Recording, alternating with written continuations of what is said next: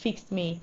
And this movie, like I mentioned, if you're a core member or you recently just finished service or you currently want to go into, or you just hope and desire that one day you're going to serve your fatherland, this movie is for you. It can be fun, it can be exciting, and it can be an absolute horror. I just really hope right now that I am enjoying this service and this camp.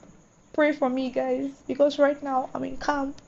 Not currently as I'm speaking, but you get what I mean. As at the time you're going to watch this video, I'm going to be in camp. So yes, the storyline. Tumishe is a faith-based movie and is also character titled because it follows the journey of a core member called or named Tumishe, and she was posted to a struggling private school in Ilorin to teach there. Now, this is where it gets exciting and a little bit worrying because Tumishe is a pharmacist. She is a pharmacy graduate student.